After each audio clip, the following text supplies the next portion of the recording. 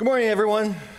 Thank you for joining me for the last session of the last day of Mac Admin's summer camp. This one probably should have been saved for a campfire ghost story. It's about to get dark. It's about broken dreams. I'd like to ask you guys to help me keep the mood up a little bit here. So I'd like to play a little bit of what some would call a drinking game, although it's before noon, so we're not going to be drinking. Now, I might happen to describe things here as an XML file. If I say XML file, I would love for you to say, I want to believe. So many of you know that there are many forms of XML files, and one of them, hey! All right, you get one more chance, though. A property list happens to be a form of an XML file. I want to believe. And what do I want to believe? I want to believe in the future that Apple sees in management. The writing has been on the wall. We're going to talk about that writing on the wall here. This is a history lesson, an extremely inaccurate and incomplete history of configuration profiles, MDM, and the tools that I have used, past and present, to decrypt, modify, build, and deploy configuration profiles. It's about intrigue, espionage, criminology, mispronouncing of words. It's about discovery and frustration, extreme highs and bitter, bitter lows. It's about seeing the future of Mac management without really knowing what that future is. They don't tell us much from up there at the spaceship anymore, although we are seeing that changing. So this is about the obscurity in configuration profiles and MDM, managing Macs, frustration, pain, anger, and maybe eventually some happiness at the end of the road without any guidance from our tech overlords. Our story really begins in 2008, the journey to Mac management. I know this sounds a little strange. We'll get to it.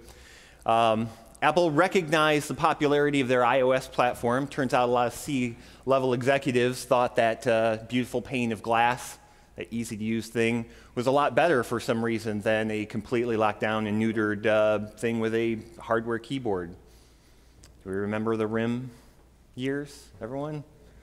Those were great. In year 2 of iOS, Apple had an answer to IT's needs, because of course IT did not like the iPhone, especially not in big corporate environments. There wasn't any way to manage this thing. How are we going to get things like Exchange on there? Well, Apple's answer in year 2 was iPhone Configuration Utility. I'm going to refer to this as IPCU. IPCU shipped with the introduction of iPhone OS 2. Remember, it wasn't always called iOS. It gave IT a way, albeit a clunky way, to manage settings on the iPhone, including delivering passcode policies, those Exchange profiles that I talked about earlier, certificates. It was Apple's concession to IT, but of course it wasn't what they wanted. But we build, we make things. Things happen slowly. We won't spend a lot of time talking about IPCU because, of course, it was deprecated pretty quickly. But it gave us an opportunity to take a look at what was going on under the hood with this management and see if it would give us any clues to the future of what was coming on the Mac. IPCU, of course, was built for the iPhone, and it only delivered configurations directly to devices when you plug them in to a Mac, and delivered them over our old 30-pin connectors. But it did have an export feature. So this is fun. Take a look at those things, give it an export, and what do we get? We get something new, a config file, or a .mobile config file. This is a mystery, this is a new thing. What do we do with new things? Well, I just shove anything that I don't recognize into a text editor. Which brings me to my second tool, BBEdit. I love BBEdit. It is a text editor. It is not free, but it's worth an investment. In the early days, we found that this was a good way to go. We weren't going to open these things in text edit. Sorry, text edit. Not a good text editor. Open up the file in BB Edit, and what do we get? I know this. It's an XML file. I want to believe. Thank you. It's a big array, big things. There's all sorts of things. There's dictionaries, there's keys, there's values, there's strings, values, strings. A whole lot of lines. Let's look a little deeper. We've got this payload content area, and then a dictionary with a bunch of things that we should recognize as Mac admins. We've got keys. This is an email configuration. We've got email account descriptions, account names. These things all look familiar. They look like property lists, right? We're familiar with those. There's also some mystery bits down here at the bottom. What's all this payload stuff? We've got a payload type of configuration. Never seen that before. That seems to match that config that we got on our pretty icon. We've got a payload identifier. Ooh, here's a hint. We've got a reverse DNS listing up here. This looks familiar, right?Plists. We've got payload UUID. This is a weird string. Is this how the NSA is going to track us? Well, we'll see. Oh, and a little nervous on the button. We also have a payload removal disallowed. This one came out with a false. I love these keys. Double negative equals a positive or a negative, maybe? I don't know.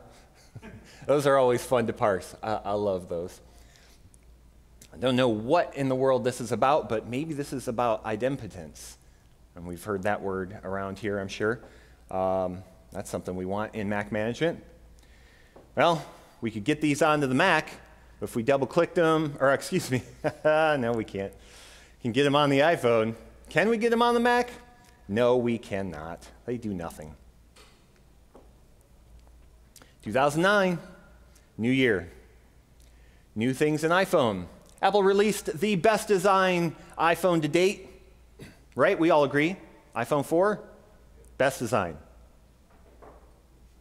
That's the one. No, iPhone 5 is not the best design. No. iPhone 4. Huh? It's a derivative. That's right. All right. With iPhone 4, we got a bunch of new functionalities. We get APNS. We get device restrictions.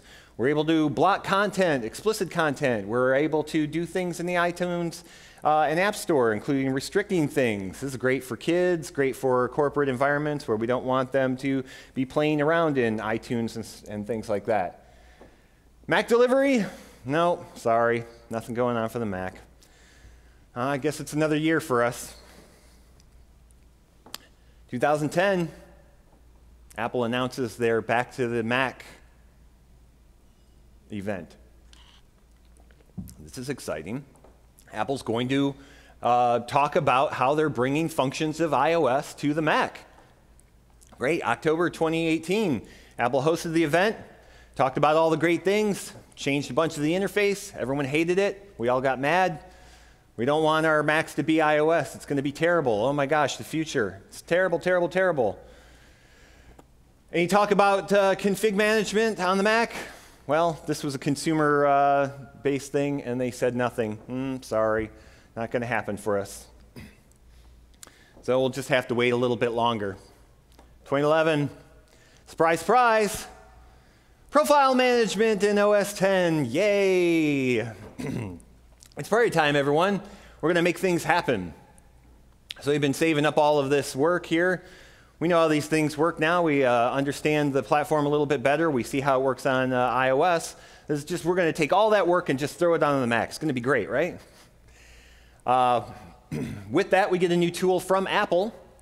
It's our Profiles tool. It's a command line utility. It's built in. Profiles tool gives us a number of options. We can, with the Profile tool, we can install profiles. We can remove profiles. We can delete profiles, all of them. And we can make a list of all the profiles. I'm a flat file guy. I love putting a file on a device and making things happen with that file. That world is dying. It has been dying since before the presentation started. And clearly, profiles are not something I'm just going to be able to slap on a computer and have magic happen. Profiles tool indicates that. I have an install function. It means I'm going to have to install them. My life of scripting is not over. I'm going to have to script to make things happen with profiles. But Apple also introduced a new thing here. We get over-the-air delivery of things, and we get the introduction of MDM. Apple introduces Profile Server. Really a proof of concept tool, but people were really excited about it and did use it in production. Anyone here use it in production? You're all great people. Well, except you're not a great person, I'm sorry. A lot of people went gung-ho with Profile Server and started deploying them and found out there were some pretty significant limits on there. 50 devices? Not real great for the enterprise, but a good proof of concept and a good place to replace something like IPCU, because when we opened up the web app for Profile Manager, we found out that we had an interface not dissimilar to IPCU, where we could create profiles. Except in this case, instead of being limited to iOS, iPhone OS profiles, we now had a number of Mac-specific items. Now, I wasn't as great at grabbing all of my screenshots as I could have back then, so I don't really have a lot of good interface screenshots from them. But suffice to say, we got a list that included Mac profiles, iOS profiles, and crossover profiles.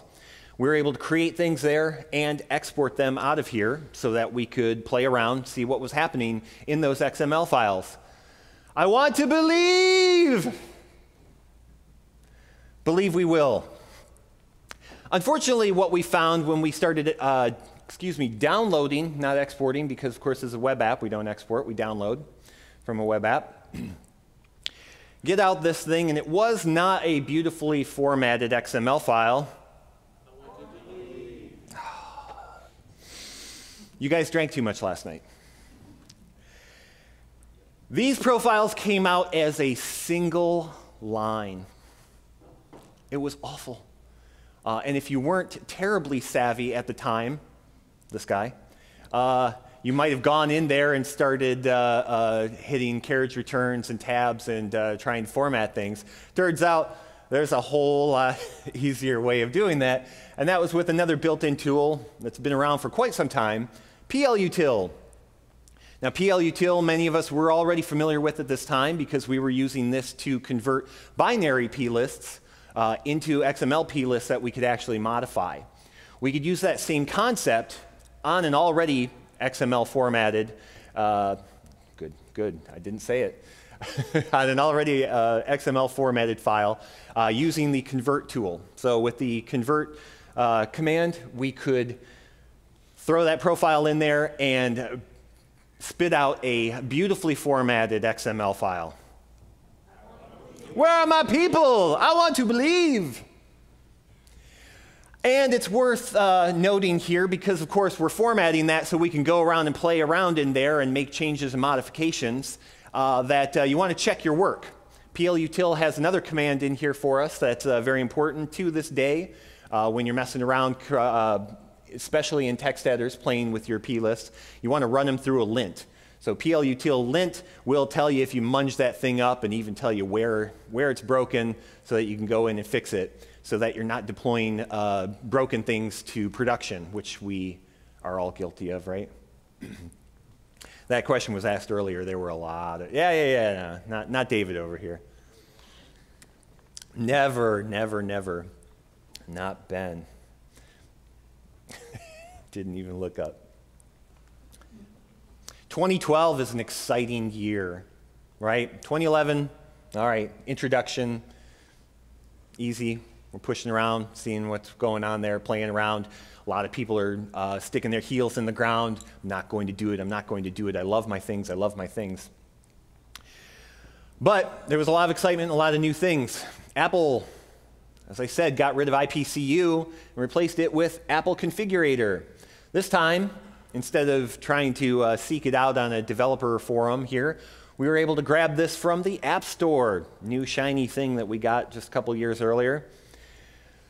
Apple Configurator did a lot of great things for iOS deployment, especially if you loved plugging 50 or more devices into a plastic MacBook and deploying those in your education environments.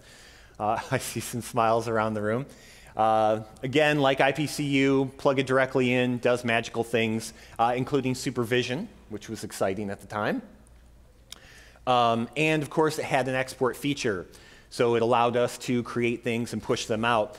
This was great for people who didn't have access to server, which always surprised me, but every year I came here and I kept hearing people, I don't have server, I don't have server.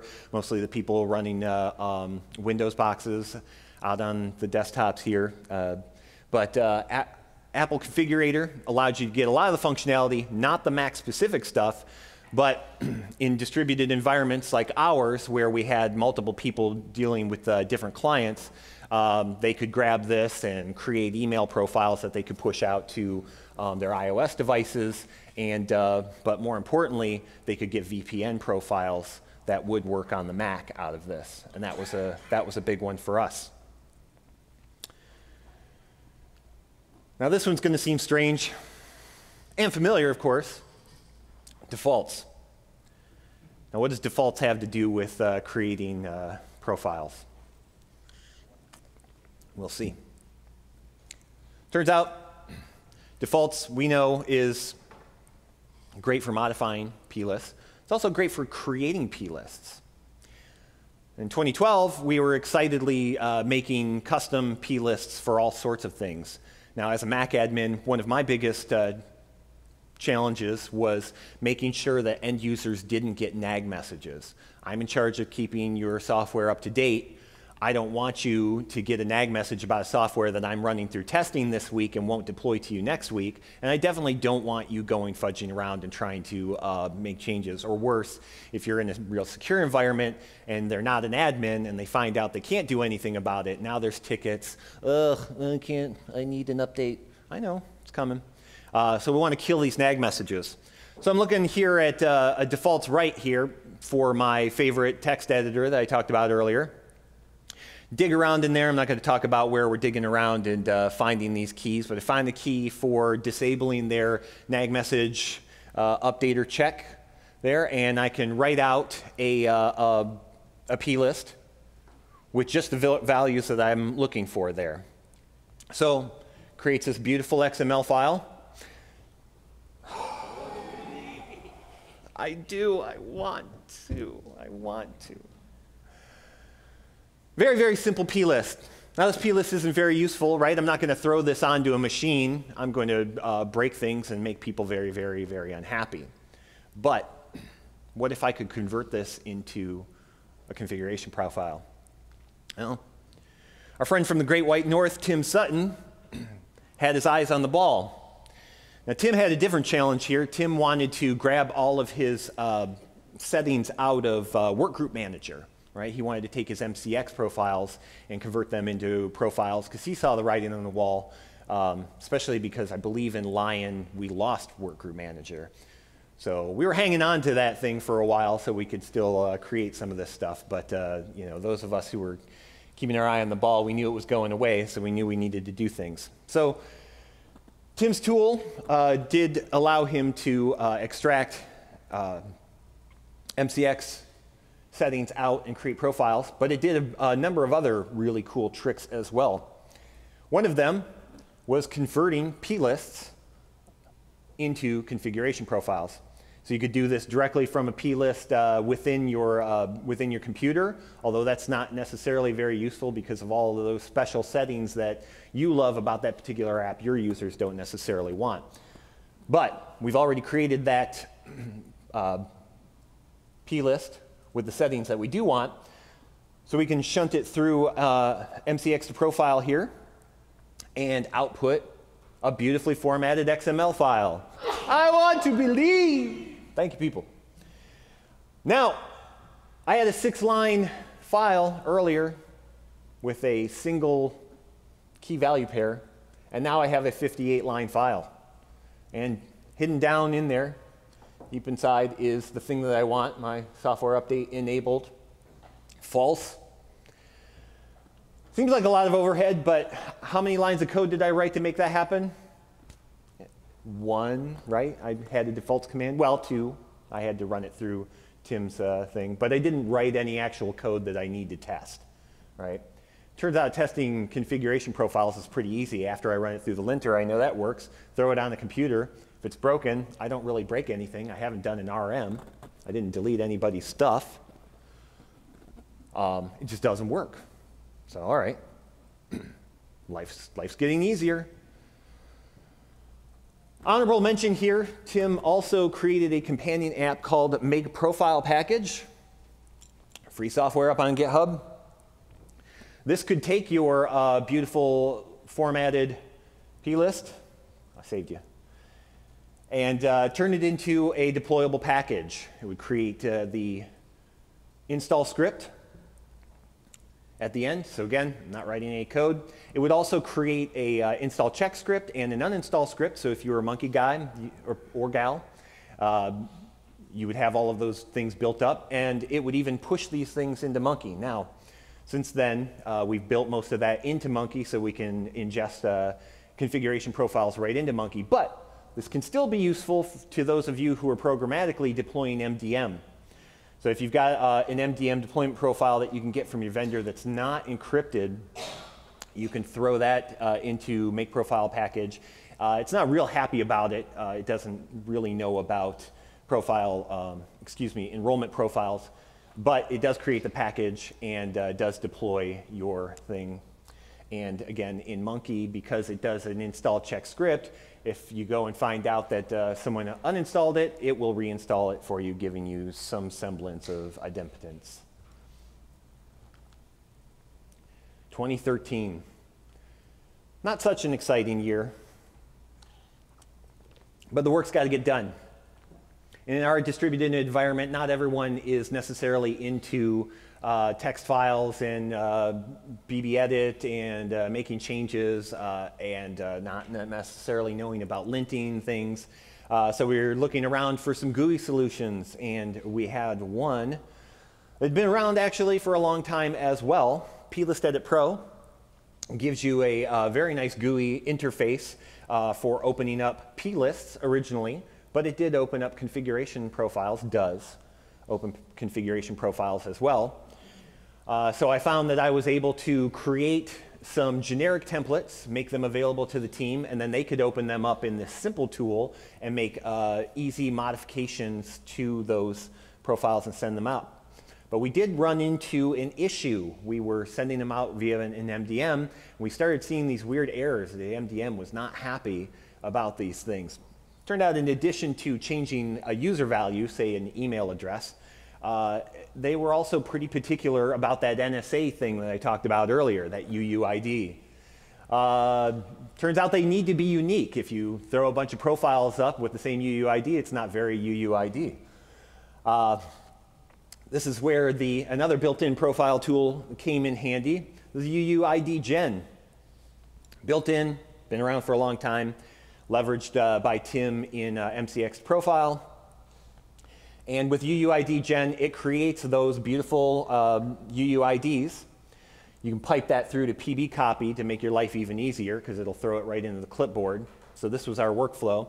Open up a configuration profile in Plist Edit, edit the personal value, create a UUID, paste that in, save out, deploy. 2014 is going to be exciting, right? No. Not too exciting, but community's building steam. Lots of things are showing up on GitHub. Rich Trout is writing great stuff on Dare Flounder, sharing the work. So we're great artists. We steal. We take that work. We modify theseplists. We modify these configurations. But we start seeing something interesting, something that someone may have mentioned to me a little bit earlier. We start seeing signing, especially when people are exporting from various tools. most of your MDM tools. If you export a profile, if that's allowed, turns out this wasn't something I knew was allowed at all. My MDM didn't allow me to export profiles. But when you were exporting them, a lot of them came out signed. Well, how am I going to go and make modifications and make my beautiful custom plist out of all of your, custom profile out of your signed configuration profile? Well, Apple's got that answer too, I think. There we go. Security tool. Security tool, open up the man page. It's very, very deep. Let's not get too crazy here. I just want to talk about one command in particular. This is a CMS command. CMS here would allow us to take a signed configuration profile, throw a D flag on it, throw in a profile, and tell it where to send our new unsigned profile. So we could decrypt that profile. Now we've got our art. Now we've got our work. And we can start making modifications and make things happen. And since, this seems like a good thing, security, we make great tools, and then eventually we start securing them once people start breaking things. We can also re-sign it. Same CMS command in the security tool. This time we're going to sign it with S-N and throw our certificate in there. I understand we can use generic certificates. I recommend getting your Apple Developer Certificate and using that as well. And throwing out your signed versions of your profiles. Of course, if you're going to share these then to the community, share them the unsigned version, or be a jerk and send the signed version and let them figure this out. 2015. This brings us a big tool for collaboration and figuring these things out as community. We got Slack. Sort of came out of PSU Mac admins. We started talking about it here. Everyone got excited. All of a sudden, I see that I could sign up for Slack. With the Mac admin Slack, we got a profiles channel. Profiles channel still extremely active to this day. Get on over there. Start with the pins. You'll find a lot of what I'm talking about right now in that pinned area. That's why I don't need to deliver you all of these things and a bunch of fancy notes. Just go to the Profiles channel. These guys are doing great work. And that was pretty much all that 2015 had to offer us. 2016, building steam, building momentum. The writing is on the wall. People are digging in their heels. I don't need MDM. I've got Monkey. I can push all my profiles. It's all built in. It's great. Everything's wonderful. Who needs MDM? Well, we'll see. But got a couple of interesting tools this year.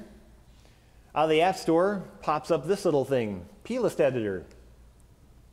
Plist Editor, simplest way to think about this is a cheaper version of Plist EditPro.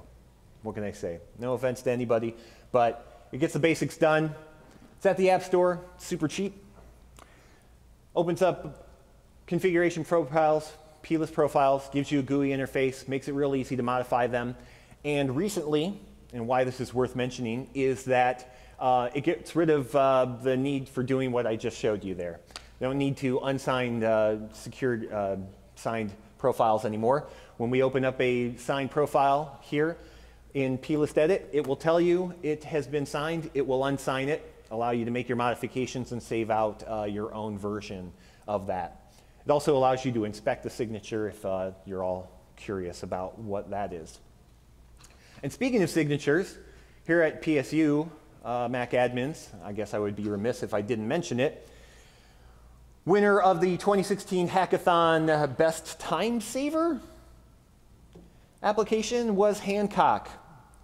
Jeremy Gost, I hope I'm not mangling his name, created this during the hackathon, and it made it real easy to sign things. Again, getting rid of the second security command there. This is a little GUI app, does a very simple thing. Pops up a box, choose your certificate, click a button, choose your file, sign the file. It'll also unsign files for you.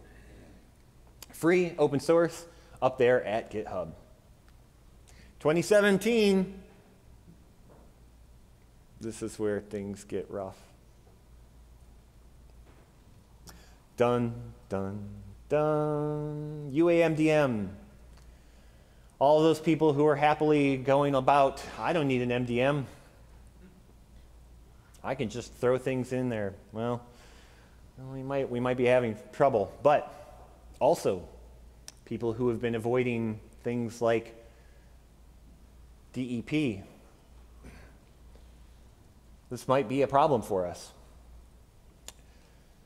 User-approved MDM brought more security to the user, although admins might have disagreed with that sentiment. What it did was it took those people who were deploying MDM via an RMM tool using Tim Sutton's MakeProfilePackage. All of a sudden, when we deployed via that methodology, we didn't have full control anymore. Same thing goes with people who were deploying via self-enrollment. I told you it was going to get dark.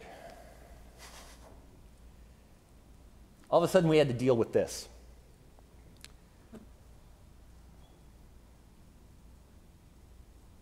As a consultant, we were looking at DEP, but it was very, very hard, especially because owners had to be involved. Now, I know in the enterprise, same idea goes there. You know, I've got to get someone who's higher up who has to do these things, and it's real obscure, and it's real weird, and no one knows what any of these things mean, and I'm not sure how to deal with this, and how do we distribute this? I've got to get authentication to a single Apple device, and so what happens when I'm on vacation and Steve and Susie need to get access to these systems? And then, of course, what happens when DEP is down? Apple services would never go down. We don't need to worry about that, right? So we have a struggle. I'm not real sure what the struggle is necessarily. We've got this. We're going to find out in a couple of revs what the problem is here. But now we've got a new challenge.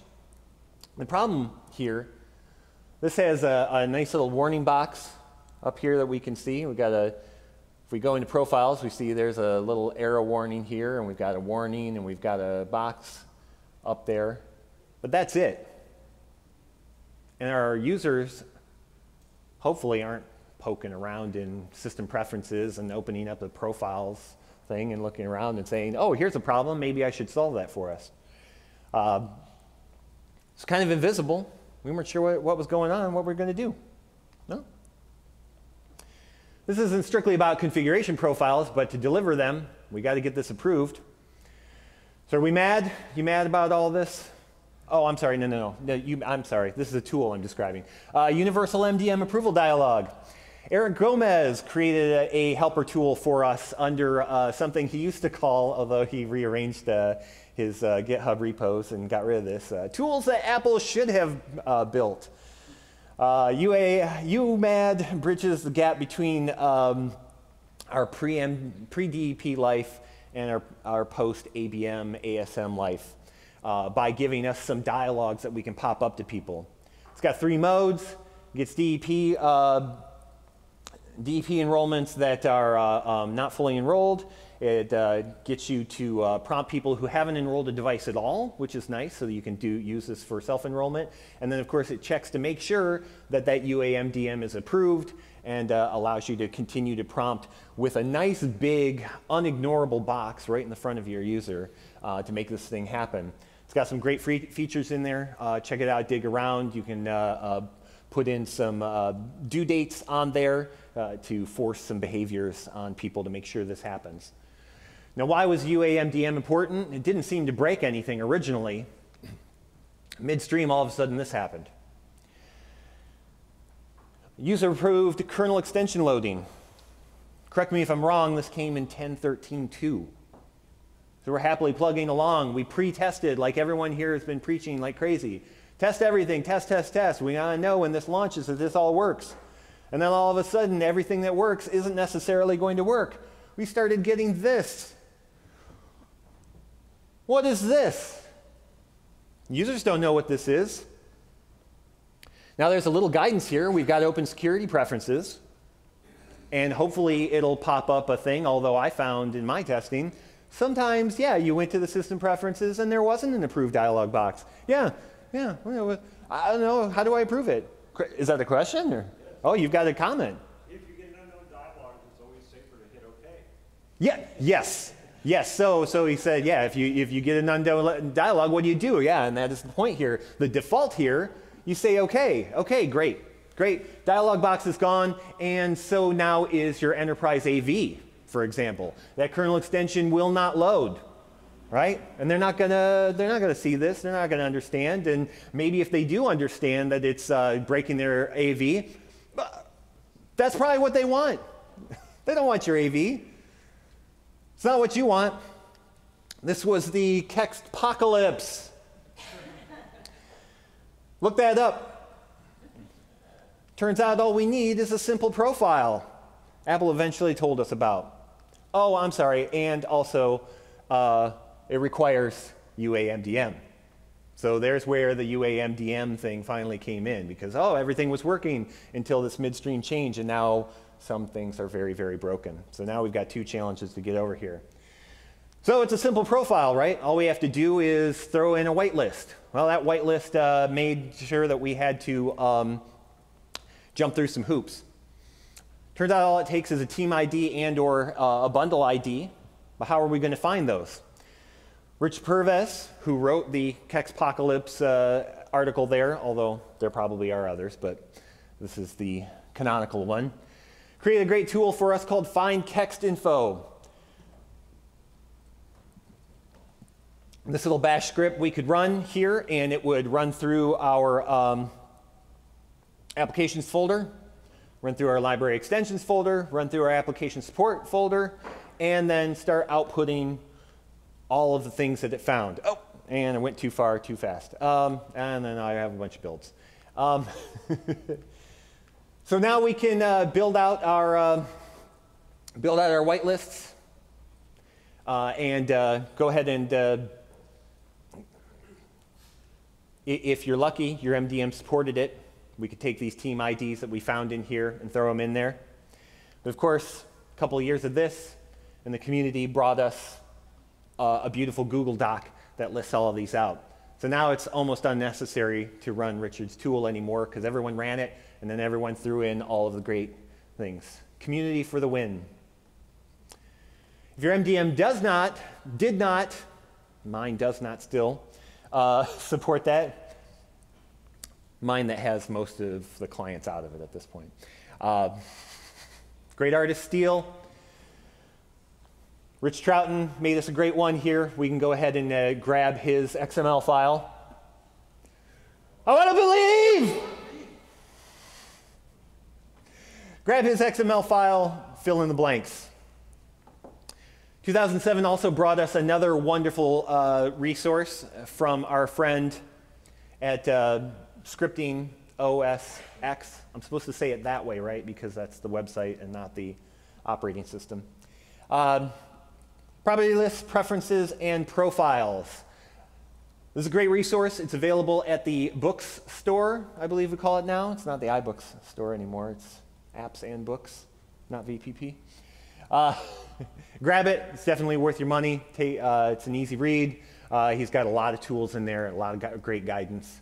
A lot of what you're seeing today. Support the community. Give them money. Now, 2018, we've seen that we've got some excitement and then not some excitement, right? So 2018 is not going to be exciting. No, 2018 is going to be very, very exciting. Now, we didn't go midstream with this one. We just used the last beta to surprise everyone. Privacy preference policy control or transparency consent control, and I know a lot of you were mad that those were two different answers in the feud last night. Yes, they are the same thing. We just want to make life as confusing as possible. This came in the late beta, and all of a sudden we have this. Another confusing dialogue, arguably much, much more confusing, and this is where people started going, Apple is on the precipice of Windows Vista. Right? I mean, what does this mean? OSA script? What the hell is OSA script? This is, on the other side, on the user side. OSA script wants access to system events, allowing control will provide access. Lucky for us, as David pointed out, OK is there, right? And OK will approve it. Great. Except now we're not training our users to be secure at all. Yeah, just press OK. It'll be fine, right? We don't want to train them to do that. That's terrible. Well, Slack to the rescue. This time, we get a new channel, TCC. And if you had been here early, boy, oh boy, the pain, the tears, the hurt, the anger, even still to this day as people get in there. Why does this not work? I did all the things. It's still all broken. It's not that big a deal, right? We can create a profile for this. All we need to do is find an executable, determine if it's code signed, find the entitlements, create a profile, and then test and cry and test and cry and go to Slack and cry and hope that something changes. So I'm going to surprise you with this tool. Activity Monitor. We all love this, right? What in the world does this have to do with any of this? Well, I told you I had to find an executable, right? And we can find an executable. Now we have applications, but applications are just bundles, right? And executables are not necessarily, are not the app bundle. They're in there, if you're lucky. They might be somewhere else too. Let's crack open Activity Monitor and run a sample. Many of you maybe have not run a sample and not found a use for this. I started to, but I found out this was the most useful place because our executable is in our third line there. So we can see a path here. We've got our app bundle, but it's in Contents, Mac OS, and the executable there, Carbon Copy Cloner in this case. So now we got to crack open a new tool. Well, it's an old tool. It's a new tool for this presentation, CodeSign. Oh, forgot to fix that. CodeSign allows us to check whether or not this is code signed. Hopefully, when you run this, you get this. Unfortunately, in the early days, a lot of us ran CodeSign and did not get this. So now it's time to start writing to vendors and cursing and screaming and saying, why would you sign half of the bundles, but the actual backup executable is not signed? Please, what are you doing? Fix your things. Hopefully, if we get this, we've got a bunch of information. It's signed. Yay, we're great. We're ready to go. We've got some good identifiers there. Now, we need to figure out our entitlements. CodeSign will help us with that as well. We've got an entitlements flag that we can throw on there. And the answer here is an XML file. I want to believe that I can solve the PPPC problem. All right.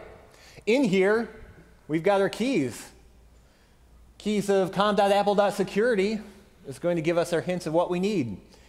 Here we've got all files. We've got address book. We've got calendars. We've got photos. This is a cloning app. It wants everything, right? Give it all to them.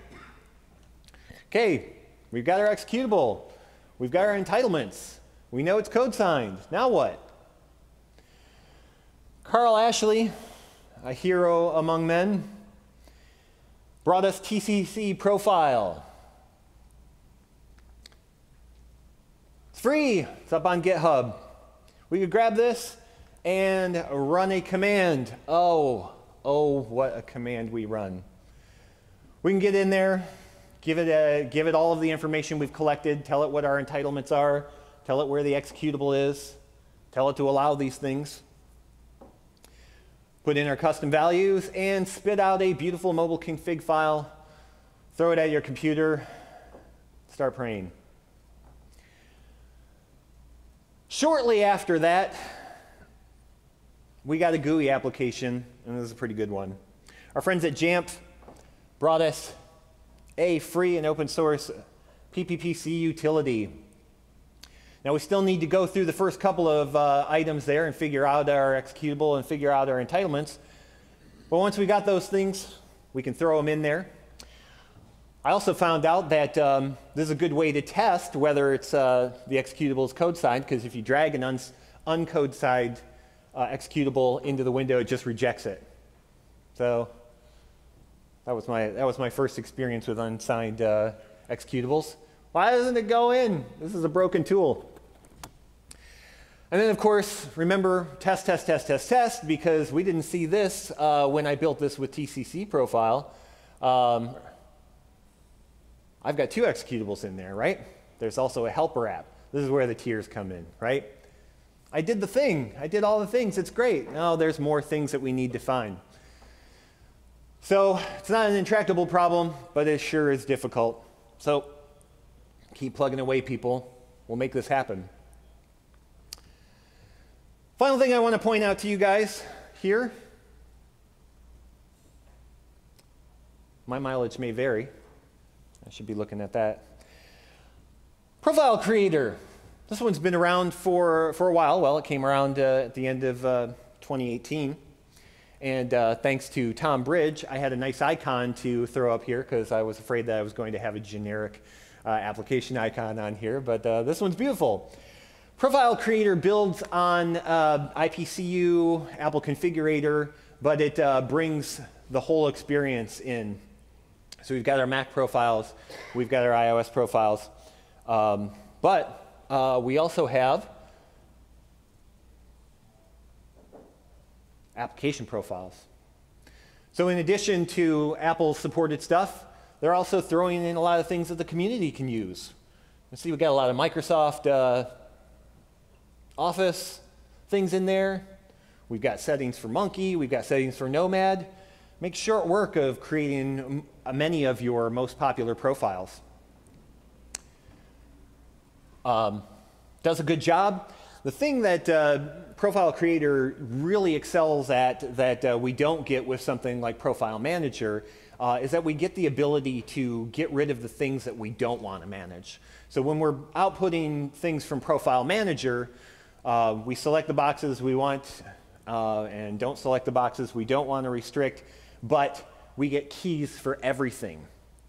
Here with Profile Creator, we're able to actually exclude, and an exclude is actually the default. So we can see in our interface, we've got a nice white top here, we've got some X's, and then we've got a gray bottom here.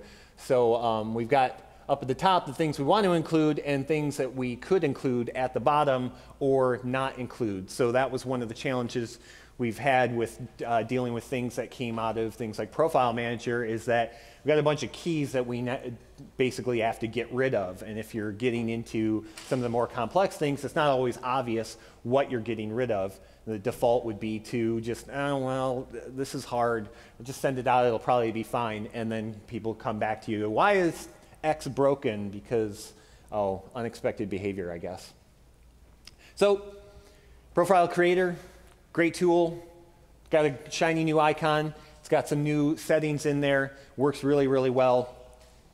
Go out there, grab it, get it, make your beautiful profiles, and hopefully it'll continue to be updated and help us with our future challenges. What are our future challenges? Well, we know a little bit about what's coming. We've got BYOD. We've got Sext. We've got Activation Lock. We've got, oh, end of a thing. Wow. Last minute showstopper. We don't know what's going to happen here, and we've got rescue time as well.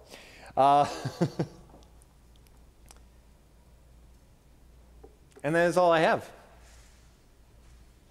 I want to believe. I want to believe. I want to believe.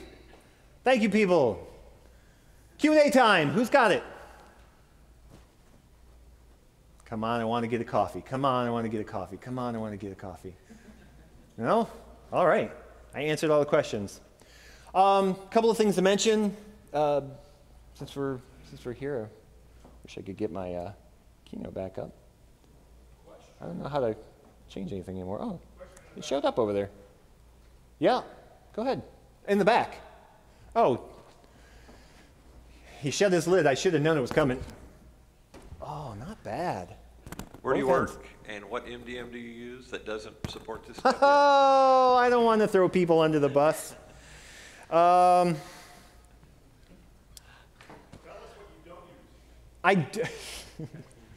I don't use anymore is Meraki Systems Manager.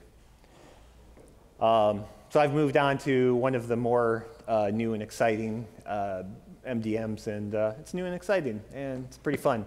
Although it would be nice if they created a manual for it. They tell me just throw us a ticket, we'll send it to you. They send beautiful responses that look like technical documentation out of their manual. And I said this looks like beautiful technical documentation from your manual. Can you just send me that? And they're like, well, we're working on it. Okay, yeah, that's working on it. That's the thing. Other questions? One thing I didn't mention here is that... I have a question. Oh, yes. Where is it? What year did the iPhone... No. You still use a 12-inch power button. No. What year did the iPhone 4 come out? What year did the iPhone 4 come out? Okay. I saw you shaking your head. Shame on me. You are right. That was 3S. That was 3S. So if I backtrack here, I started 2008, 2009, 2010. Oh, boy. I liked it, though. I wanted to talk about how great it was. I also was hoping that you guys would challenge me and tell me how wrong I was, right? Where are the iPhone 5 people? I thought that was the thing, right? Or the SE, right? No? iPhone 4, ride or die. One thing to mention here, speaking of MDMs that don't support things and complexity, kernel extension loading, and probably, and I'm sure someone has tested this by now, but I haven't. I'm slow on all of the things. I haven't tested Catalina yet, but I imagine that PPPC does the same thing. When you have a kernel extension loading profile, you load it on a computer, it loads the values once, and that's it. When your operating system upgrades, it doesn't load that kernel extension profile again. Number of quality MDMs have solved this problem in one way or the other. It may take action on your part, though, so you want to check. Simple MDM, I know, has a good solution, but it's not baked in. You've got to go and get a package and run a launch daemon that goes and checks, and it says, oh, I got a new operating system. I'm going to reload this. The trick that I used, going back to UUIDGen, was I created 2 kernel extension whitelists. Same whitelist, slight variation in the name, and most importantly, different UUID. And then I used tagging so that when the tag was updated, it's a new operating system, it would throw out the old kernel extension profile, load in the new one, and make things happy. Again, like you say, and I think the simple MDM solution is something that can probably work for a number of MDMs as well. If you want to throw another launch daemon into your systems, they're fine, right? Nothing ever bad came from a launch daemon. Malware. All right. Anyone else? Come on, we want to spill a coffee. Oh, here's one. John, can we get the catch box back to the gentleman in the back? Just a comment, really. Yeah. I've worked around that issue before with adding a post-install that removes the install receipt. That way, whenever it reboots, your management tool would see that that's no longer installed and then would reinstall it. Oh, that's sharp. I like that. I like that a lot. Yeah. So hopefully everyone heard that in the catch box, but he's basically just removing the receipt, you say? Yeah. Yeah, just run a quick package util command to remove the receipt, and then it's like, oh, it's not installed. I need to install it. Package util -- forget, not -- remove, which was script again. Why I'm not great with scripts. Why doesn't this receipt go away? I don't understand. Oh, wrong command. All right. Thank you very much, everyone. I do want to believe in the future of Mac MDM.